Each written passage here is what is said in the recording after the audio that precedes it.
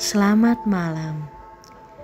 Berjumpa lagi dengan saya, Nadia Mira, yang akan menemani Sobat Misteri memasuki gerbang mimpi dengan perasaan horny, horor malam ini.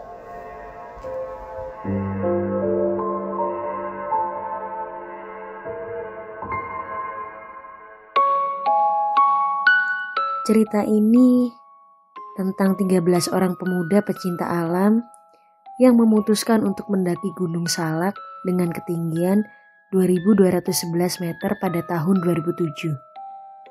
Saat tengah mendaki, salah satu pemuda itu melihat sosok hitam yang melambaikan tangan ke dia.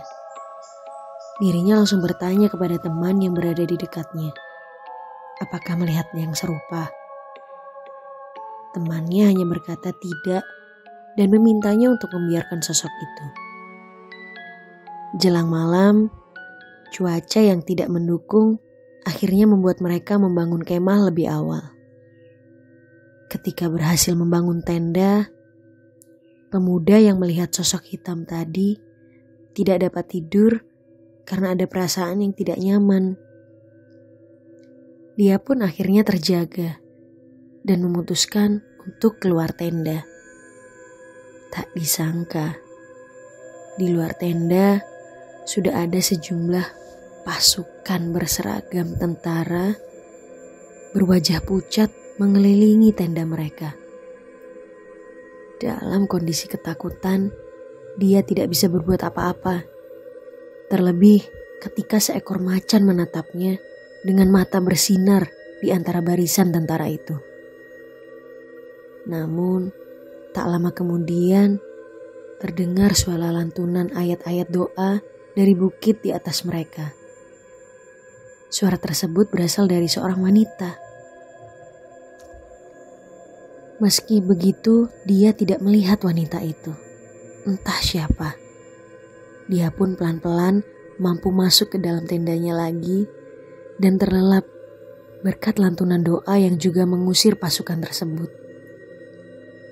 Dan sampai saat ini, wanita yang melantunkan ayat-ayat doa tersebut masih menjadi misteri. Siapa dan bagaimana rupanya tidak ada yang tahu. Yang pasti, ayat-ayat yang dilantunkan oleh wanita itu telah menyelamatkan serombongan pemuda pendaki Gunung Salak pada tahun 2007. Dan cerita kali ini adalah cerita pendaki Gunung Sumbing yang ada di antara 3 kabupaten, yakni Magelang, Temanggung, dan Wonosobo. Seperti gunung-gunung lainnya, memang terdapat sejumlah pantangan yang harus ditaati pendaki. Salah satunya adalah tidak boleh naik gunung dalam jumlah ganjil. Namun, kumpulan mahasiswa pecinta alam ini tidak menggubris dan berangkat 11 orang. Saat mereka mau mendaki gunung, baru seperempat jalan, personil mereka bertambah 1 orang. Pendaki wanita yang punya indera keenam menyadari hal itu.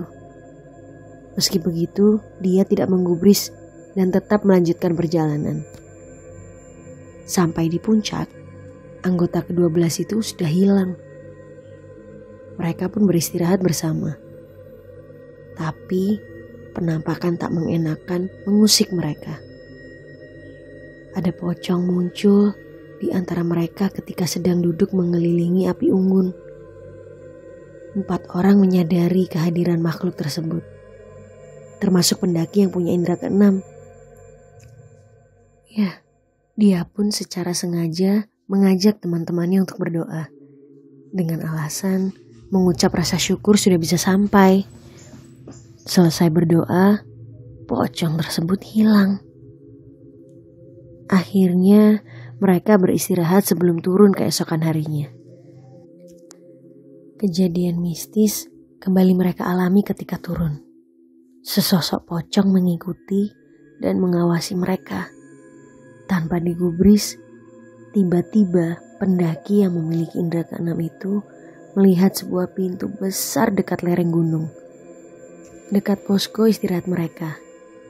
Pintu tersebut sangat tinggi dan indah. Terdapat penjaga dan sesosok wanita yang memanggil-manggil pendaki itu. Dan panggilan itu terdengar oleh ke-11 pendaki tersebut. Tanpa basa-basi, mereka langsung bergegas, berjalan dan menuruni gunung. Ingat ya teman-teman, bahwa ada hal yang memang tidak bisa kalian langgar. Terlebih itu ada di alam.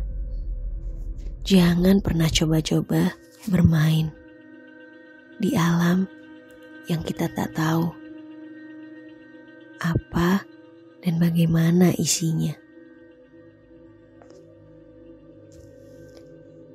Kejadian satu ini dialami oleh pendaki ketika melewati jalur Kopeng Tekelan.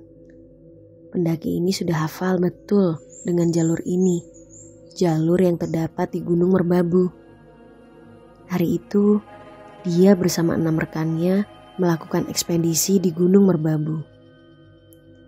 Sesampainya di posko 1, dia memutuskan untuk beristirahat sejenak sambil foto-foto. Namun, timnya yang sudah ingin bergerak diberi kesempatan untuk mendaki terlebih dahulu. Pendaki ini akhirnya asyik foto-foto. Baru tersadar kalau sudah terlalu lama ditinggal temannya. Dia memutuskan untuk menyusul.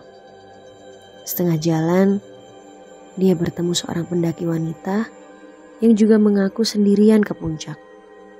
Ya, pada akhirnya mereka mendaki bersama. Seiring obrolan, perjalanan mereka terhambat oleh cuaca yang buruk. Akhirnya, mereka memutuskan untuk istirahat dan bermalam di satu lokasi. Keesokan paginya, pendaki wanita itu bangun dan meminta izin untuk pergi terlebih dahulu. Pria itu baru bangun beberapa jam kemudian. Dirinya terbangun dengan kaget karena badannya tidur dekat dengan tepi tebing. Aduh, dia pun bergegas membereskan barang dan menyusul temannya di puncak. Dalam perjalanan, dia melihat tas yang masih terlihat penuh dan tidak ada jejak pendaki lain di sekitarnya. Dia mengira bahwa itu adalah ransel milik pendaki wanita yang sudah berangkat tadi pagi. Dia pun membawa bersamanya. Ketika sampai di puncak, dia bingung ketika timnya mengaku tidak ada orang yang sampai ke puncak selain mereka.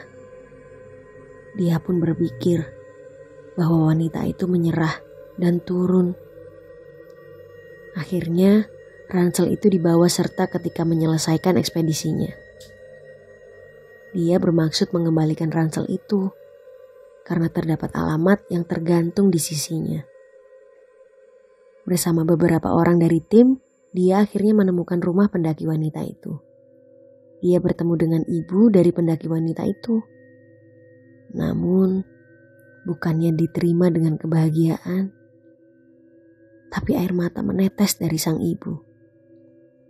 Dibawalah pria dan timnya ke belakang rumah dan terdapat satu batu nisan yang bertuliskan nama pendaki wanita itu. Ya, wanita itu. Pendaki itu ternyata telah hilang selama 3 tahun dan tidak pernah ditemukan jasadnya.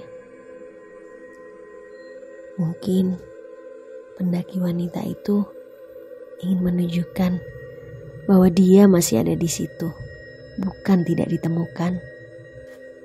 Tapi Gunung Merbabulah tempat terakhirnya. Adakah kalian para pendaki mengalami hal yang sama?